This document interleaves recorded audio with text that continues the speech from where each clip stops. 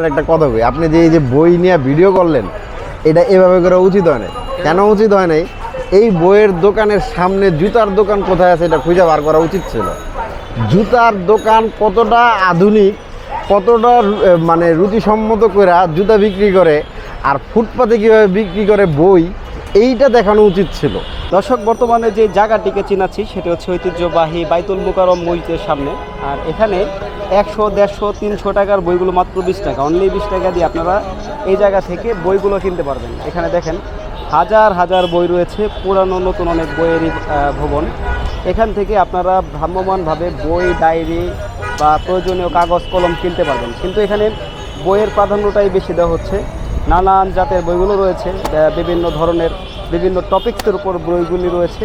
সেই বইগুলি কিন্তু আপনারা জানেন যে বিভিন্ন মনীষী লেখা, তারপর কবি, সাহিত্যিক, উপন্যাসিকদের লেখা বইগুলি মাত্র 20 টাকা করে বিক্রি করছে ভাইরা। এই যে এখানে এক ভাই শুধুমাত্র 20 টাকা করে বইগুলি বিক্রি করছে। এখানে আবার অনেকে কেনাকাটাও করছে। আসলে এখানে সৃজনশীল চিন্তার যে মানুষগুলো রয়েছে তারাই কিন্তু এই বইগুলোকে আপনার চয়েস করে এবং অবসর সময় তারা এই বইগুলো পড়ে থাকে। এখানে শুধু বই নয়, আমরা দেখতে পাচ্ছি যে এখানে ডায়েরিও রয়েছে। ডায়েরিগুলো আপনারা অনেকে বিক্রি করে। এই যে দেখুন, আপনাদের একটু দেখানোর চেষ্টা করি যে বঙ্গবন্ধু শেখ মুজিবুর রহমানের একটা বই। তারপর আরও অনেক বই রয়েছে এখানে, যে বইগুলো আসলে আপনার অনেক বড় বড় টাইপের বইগুলো রয়েছে। ডিকশনারি থেকে আরম্ভ করে বিকশিত হোক ভাবনা, কোয়ান্টাম দর্শনের সহজ পাঠ, ইসলামিক কিছু কিছু বই রয়েছে। মোট কথা ধরতে গেলে আসলে বই যদি আমরা ভালোবাসি, যে কথা আছে যে গান আর বই যে ভালোবাসে সে মানুষ ভুল করতে পারে না। তো আমরা অবশ্যই সময় নিজেকে একটু স্টাবলিশড, একটু ভালো দিকে বা একটু সৃজনশীল দিকে ধাবিত করার জন্য কিন্তু এই বইগুলো আমরা অবশ্যই ক্রয় করতে পারি।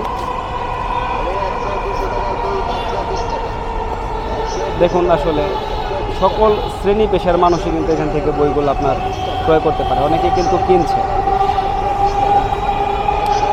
এখানেও আছে, আবার আমরা একটু যদি এখানে দেখি, আসলে এখান থেকেও কিন্তু অনেক বইগুলো দেওয়া আছে। ধান শালিকের দেশ, বঙ্গবন্ধু সংখ্যা। দেখুন, আসলে শেখ মুজিবুর রহমান জাতির জনকের একটি বই দেখা যাচ্ছে এখানে।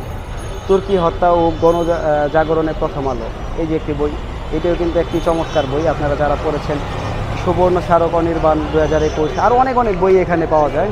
আমরা আসলে সবার সাথে আজকে সময় সংক্ষিপ্ততার জন্য কথা না বলতে পারলেও কিন্তু আপনাদের এখান থেকে দেখানোর চেষ্টা করলাম যে এখানে শুধু বই নয়, কলম, খাতা, ডায়েরি আর অন্যান্য বিষয় এখানে পাওয়া যায়। তো যাই হোক, আজকে আর বেশিক্ষণ কথা বলবো না। আপনাদের মাঝে আবার নতুন কোনো বইয়ের দোকান বা নতুন কোনো এপিসোড নিয়ে কথা বলার চেষ্টা করব।